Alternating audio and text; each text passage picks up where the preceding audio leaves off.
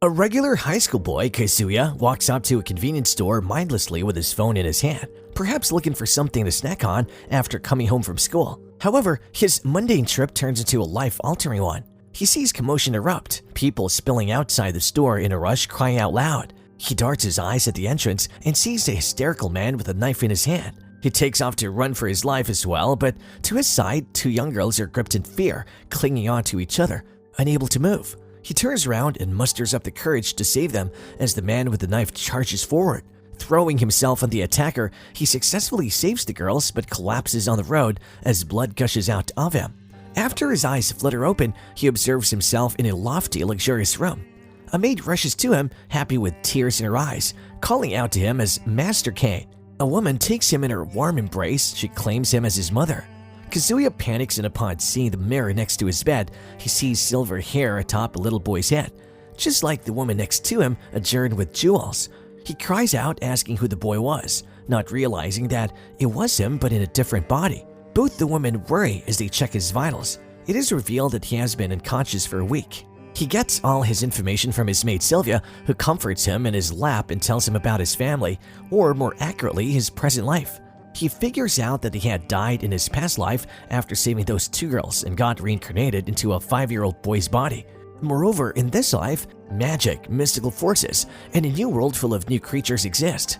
It excites him, knowing he had a chance of being a stronger person than his former self. Sylvia soothes him and lessens his worries by informing him that he's born into a noble family. To her, it was nothing more than a little tantrum thrown by a child. But to him, his world formed a clearer picture as he had retained the intellect of a high schooler from his past life. On the dinner table, he meets his mother again, Sarah, and his father, Graham, with another wife and two half-siblings along with his older blood sister, inherited the same features as him. He is reborn again as Kane von Silford. His new interest in the world makes him want to know about the ways he could improve. So at a very young age, he starts studying books to learn magic, and in no time, he conjures up basic spells with ease. His father feels proud of the young boy's mature approach to obtaining high-value skills from the very beginning, and so he encourages Kane more. After a few years, when he turns 5, he gets ready for his baptism, but not the regular kind. Oh no, this baptism had 7 gods from the Marineford faith assess individuals to have the potential in order to get granted special blessings. During his baptism, a bright light shines and Kane is transported directly in front of the 7 gods. They address him using his former name Kazuya and tell him that his last deed led him into getting another shot at life. Impressed by his current ambitions, one by one they max out his skills all the way to level 10, which his father had informed him about. The maximum known to man yet was at 5 only. When he gets sent back, he conceals his stats and shows his family the fake ones instead. Those were enough to make his father worry and tell him to keep them a secret. Garm von Silford understands that his son needed special training as he's much more skilled and intelligent compared to children his age. He decides to appoint him with 2 D-rank adventurers as tutors, a skilled red-haired swordsman Millie and a green-haired elf magician Nina. They start by teaching him basic swordsman skills, but he outperforms level 3 Millie. Within the premises of the training ground, a few dummies are put up for practice. Nina decides to teach him basic magic spells, while Millie charges up for her next practice spar. Kane nonchalantly casts spells that are difficult to perform, which surprises Nina. Both the tutors decide to take him outside in the real world so that he gets to practice more. Kane picks up his treasures in an item box that shocks the girls as it seems of high value. And so their adventure begins. They hunt for enemies and defeat them with ease. One day, all 3 of them go to a bar. The girls get approached by a pinhead brute adventurer who thinks highly of himself. He forces himself on Nina but is quickly stopped by the little boy Kane, who by the flick of a wrist throws the troublemakers out the bar like a true high-res member.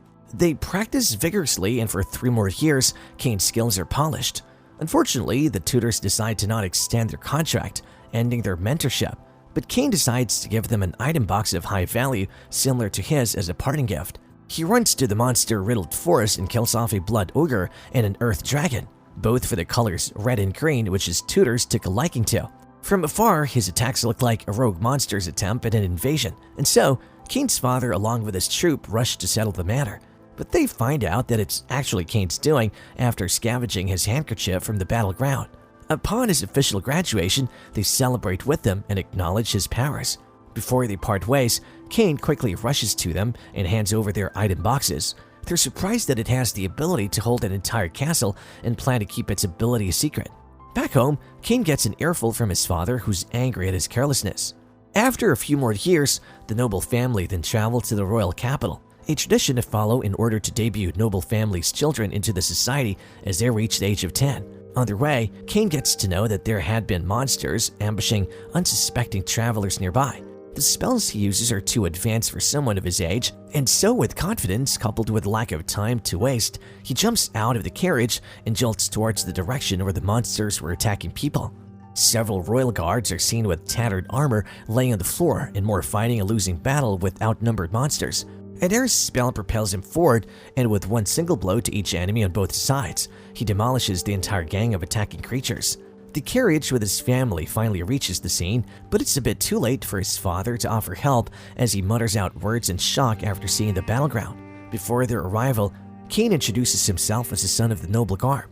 The royal carriage's door opens, and Garm respectfully bows down, followed by his son.